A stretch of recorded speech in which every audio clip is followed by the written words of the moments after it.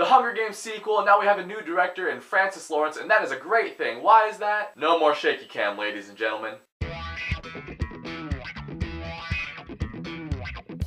The Hunger Games Catching Fire. So The Hunger Games Catching Fire is the sequel to The Hunger Games, which came out last year, which I thought was okay. It was a good setup to the trilogy, which I guess is now a quadrilogy with the movies, but it wasn't as great as everyone was saying that it was. But now we have the aftermath of The Hunger Games, in which a revolution is starting based off of what Katniss and Peeta did at the end of the last movie. And this movie definitely does step it up in every way possible. Catching Fire is a lot better than The Hunger Games was. First of all, Jennifer Lawrence's Katniss, of course, kills it again in this movie. She was the best part of the last Hunger Games, and she's definitely really good in here. I was really interested with the way that they went with her character. She's dealing with a lot of post-traumatic stress from being in the Hunger Games, which I never really thought about, but I guess that would be, you know, the logical next step for her character. She is a teenage girl after all, and while still a really awesome one, you're not gonna be able to come out of a thing like that and not have some sort of trauma attached to it. Josh Hutcherson stepped it up a lot in this movie. I thought in the first movie his character was kind of okay, but in this movie him and Katniss's relationship builds a lot more. He steps up more as a leader, and I did like him a lot more in this movie. All the supporting cast all around is also really good. Liam Hemsworth, Stanley Tucci. That one chick that looks like Lady Gaga, she had a bigger role in this movie. Lenny Kravitz was great, Donald Sutherland was great, and there's actually a new character they added to this movie called Finnick. And when they first introduced Finnick, I didn't really know what to think of him. I was like, okay, he's kind of generic, I don't really know why he's in this movie. But then once the Hunger Games starts up again, Katniss and Peeta, they have to team up with him. They have this other old lady with them.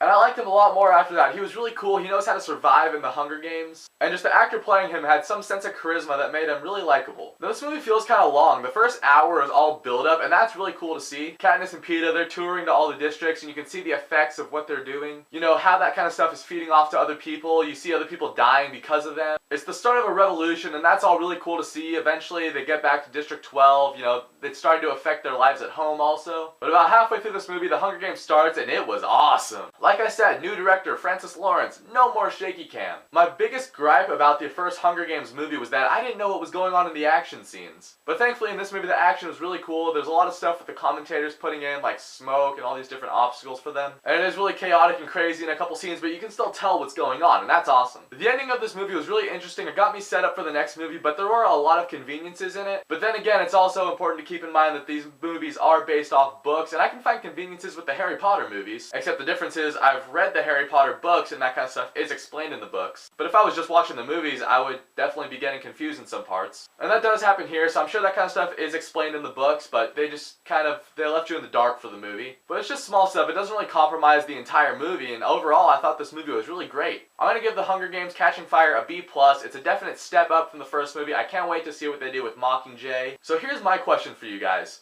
Mockingjay is being split up into two movies. I haven't read the books. I know a lot of people out there have, and I know Mockingjay is kind of the least favorite. Do you guys think it's a good idea for them to split Mockingjay up into two movies, or do you think they're just copying Harry Potter, Twilight, The Hobbit, all of those movies? Whatever you think about that, comment below, let me know. I'm actually really curious. I'm kind of interested to read the books now after seeing this movie. At least Catching Fire. I don't know if I want to read the first one, but I don't know if you can read two without reading one, and then, you know, yeah, I should probably just go in order. But thanks for watching this video. If you guys like it, you can click here to see more.